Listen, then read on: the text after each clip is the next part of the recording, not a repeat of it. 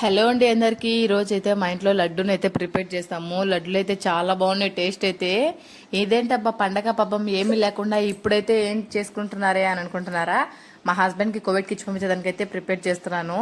Taste అయితే చాలా బాగున్నాయి. ఇంకా నేను తిన్నాను అనుకో మా చిన్నబాబు దగ్గుతుంది, అందుకని అయితే నేను ఎక్కువ తినకుండా గమ్మునాడు పెట్టేశాను. ముందైతే 2 కేజీలు శనగపిండి అయితే తీసేసుకొని డీజిల్ జల్లి పట్టేసుకొని బాగా ఉండలు లేకుండా వాటర్ అయితే వేసుకొని బాగా మిక్స్ చేసుకోవాలి. దాంట్లో కాస్త సోడా కూడా వేసేసుకోవాలి. ఇంకా పక్కన పెట్టేసుకున్న తర్వాత ఇంకా స్టవ్ ఆన్ చేసి అయితే కాస్త దబరా అయితే పెట్టేసుకొని దాంట్లో ఒక కేజీకి అయితే 2 గ్లాసులు వాటర్ అయితే వేయాలి. 2 కేజీలకి నేను 4 గ్లాసులు అయితే వేసాను. నేను ఒక 2 కేజీల పిండికి అయితే 2.5 కేజీ చక్కెర అయితే పడుతుంది. ఎందుకంటే అప్పుడు పిండికి కరెక్ట్గా సరిపోతుంది మిగలకంట, అందుకని అయితే 2.5 కేజీ చక్కెర అయితే వేసాను.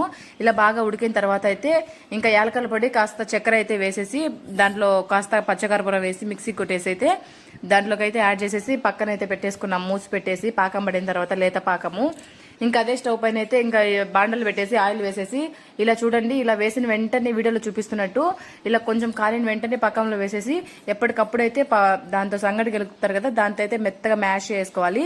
ఇంకా ఎండు ద్రాక్ష పిస్తా పప్పులు అవన్నీ వేసేసుకొని ఇలా బాగా ఉంటలు చేసేసుకుంటే వేడి వేడిగా మీదనే నెయ్యిని అద్దుకొని చేసుకోవచ్చు. మా హస్బెండ్ నెయ్యి తినడం చెప్పి నేను నార్మల్గానే చేసేసాను. మా లడ్లు ఎలా ఉన్నాయి ఒకసారి కామెంట్ చేసేయండి. వెళ్ళే ముందు లైక్ అండ్ సబ్స్క్రైబ్ చేయండి. రేపు ఏం చేస్తాననేది వీడియో పెడతాను. ఓకే మరి బాయ్, నెక్స్ట్ వీడియో తగ్గుద్దాం.